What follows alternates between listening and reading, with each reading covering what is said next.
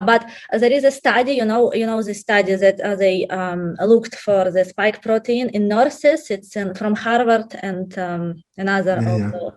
But it was they found what always was present anyway. Yeah, I think. They used like antibodies to detect it. That's what they use. They did not purify the protein from the blood. No. That's what I saw, that they use antibodies, and I already understood that when they do this, you need to be suspicious, because antibodies is also, there is something wrong, like if you use them for them. So I think the most important thing to be explained when we are speaking about vaccination, it is what is an antibody?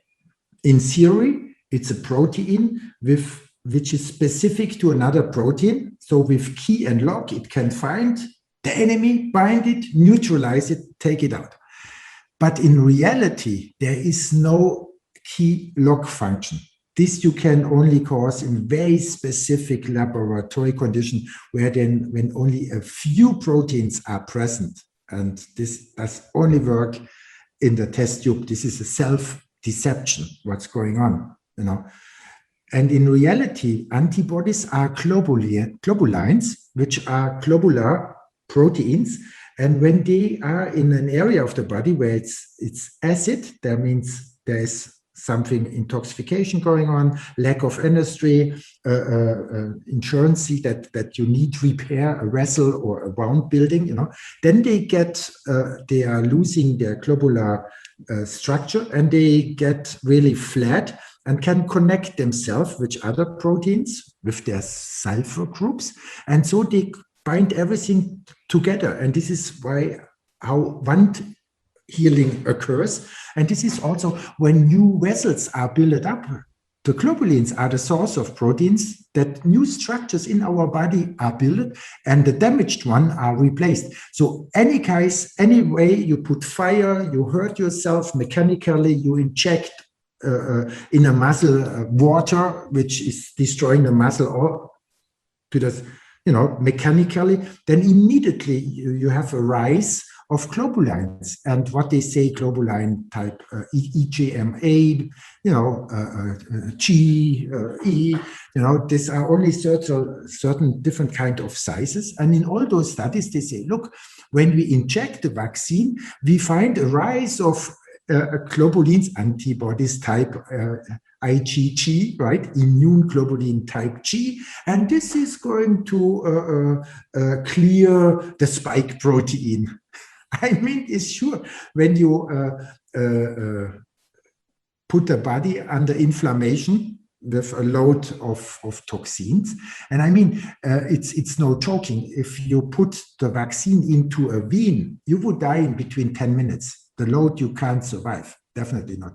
In the muscle, it's able, if it's not going too quick inside your body. And it goes quick if you are weak, if you have no energy, if you are a child in a growing process where all the energy is needed into a stage of development, when an organ is growing, bones or whatsoever, or when your hormonal state is switching, if you are a youngster, right?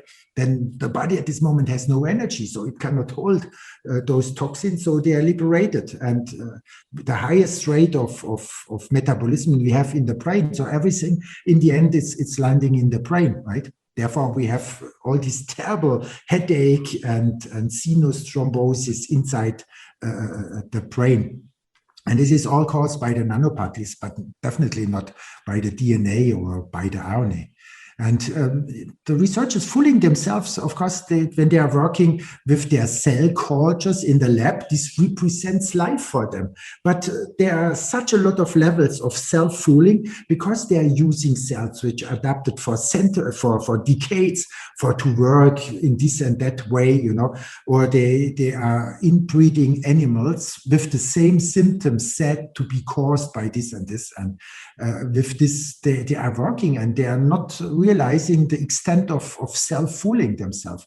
And I really recommend you and to read the book and the publications of Harold Tillman. He in the 70s, 80s, last century, he showing clearly the logical arguments from ultrastructure experiments with electron microscopy of what is that the cell, and then in biochemistry he really was disproving the whole theory of cells. Yeah, and if you read this, then you will see, wow, even on this level we have a wrong thinking. We are organized in tissues, right? The germ layers.